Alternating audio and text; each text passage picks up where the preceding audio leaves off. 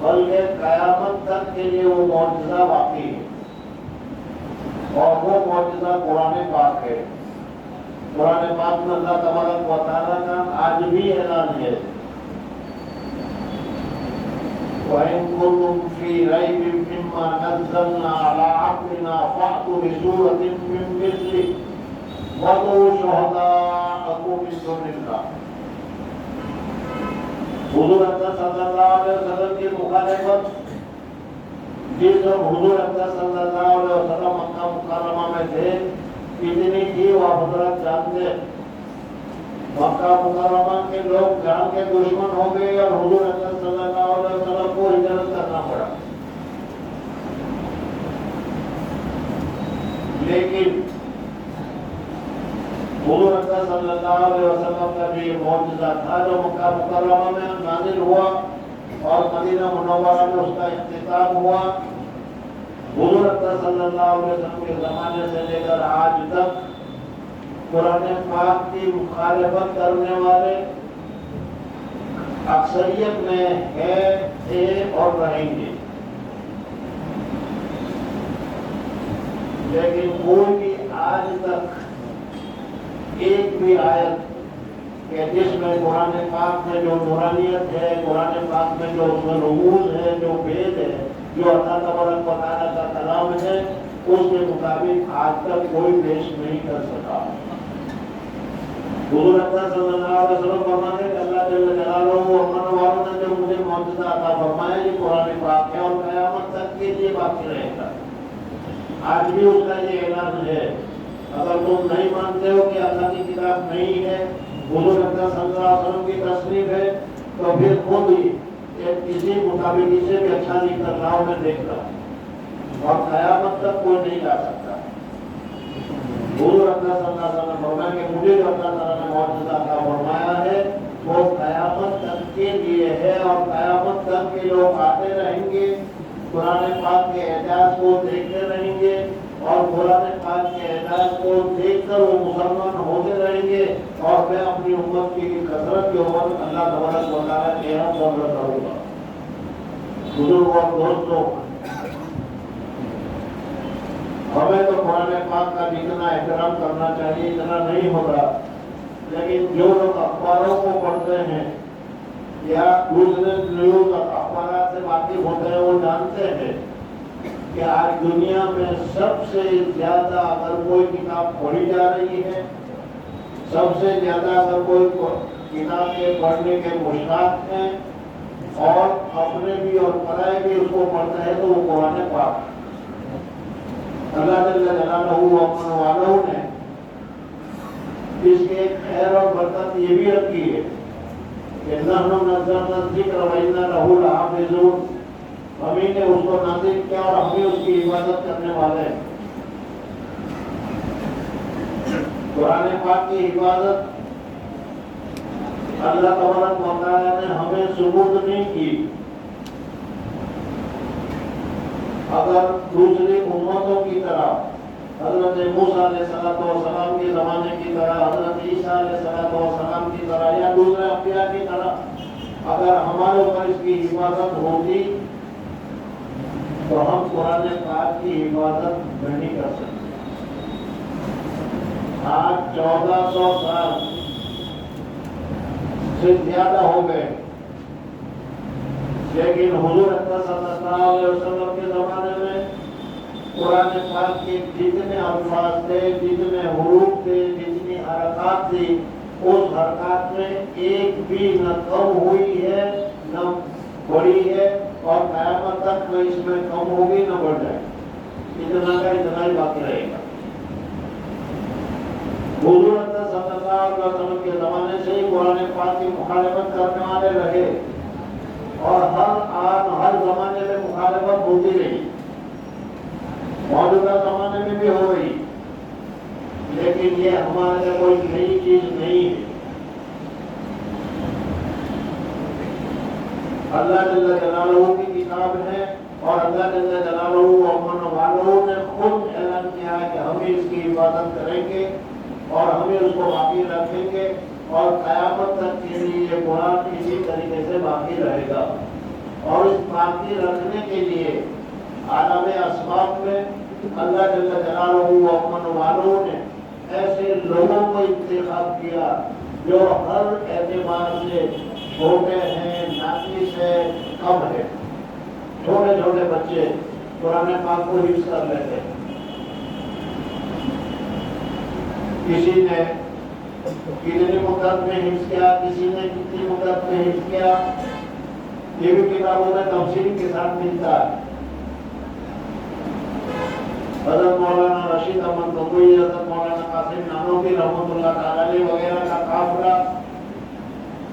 اس زمانے میں وہان کے ذریعے سے حج کے لیے جا رہا تھا اور رمضان آ گیا۔ سارے اکابرین موجود تھے لیکن ان میں قرآن پاک کا حافظ کوئی نہیں تھا۔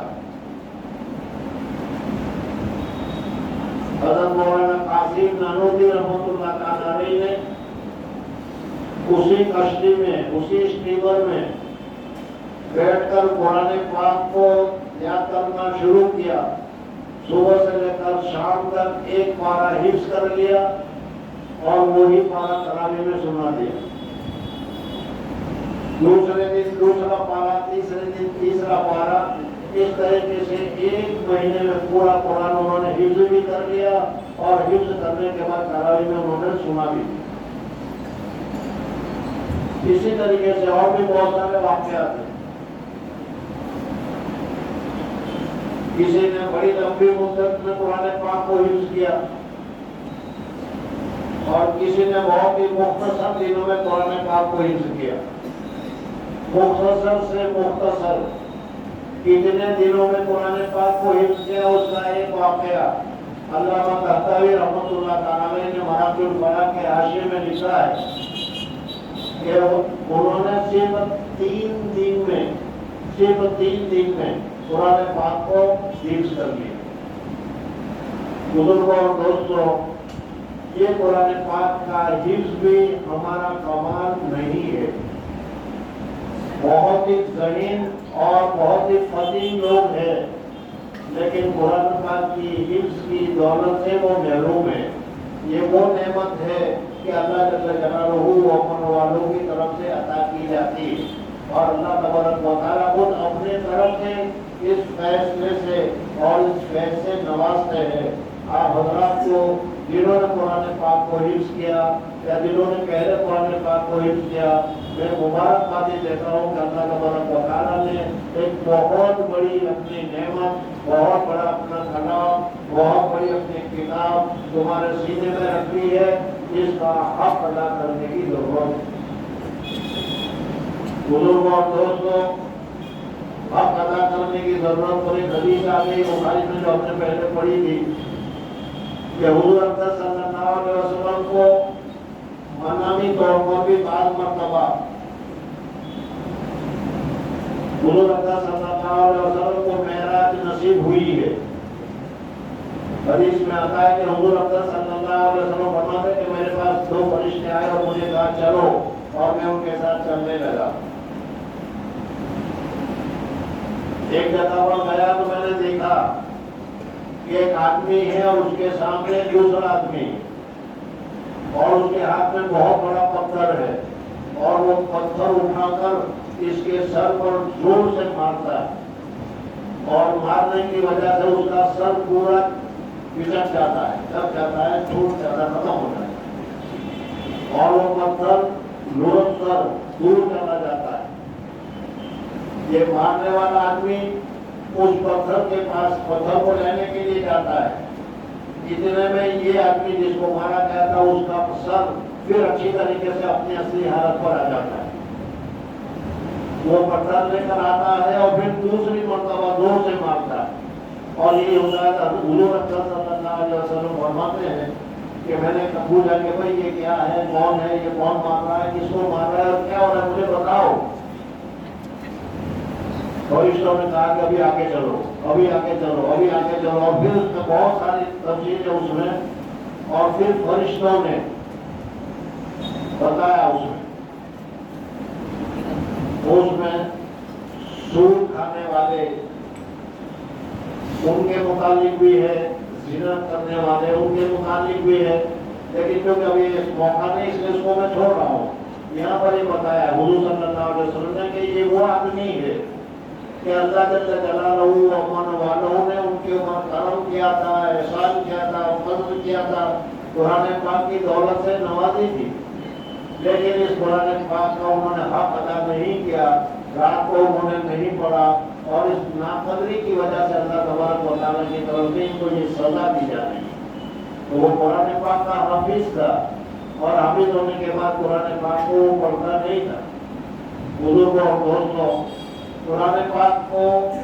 حفظ ہونا بہت بڑی سعادت ہے، لیکن اس سعادت کے ساتھ اس کو روزانہ پڑھنا بھی چاہیے۔ روزانہ پڑھنے کے سلسلے میں حضرت مولانا اسماعیل صاحب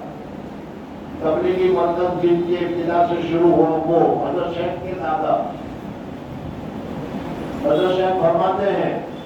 کہ میرے والد نے جب قرآن پاک کو حفظ کیا، حضرت مولانا یحییٰ صاحب نے جب قرآن پاک کو حفظ کیا تو میرے دادا نے میرے ابا کو کہہ دیا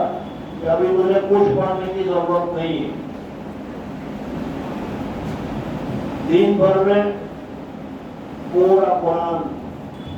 حفظ کر لیا ہے، اس کو یاد کر لو، روزانہ پورا قرآن ختم کر لیا کرو۔ حضرت فرماتے تھے کہ میرے والد کو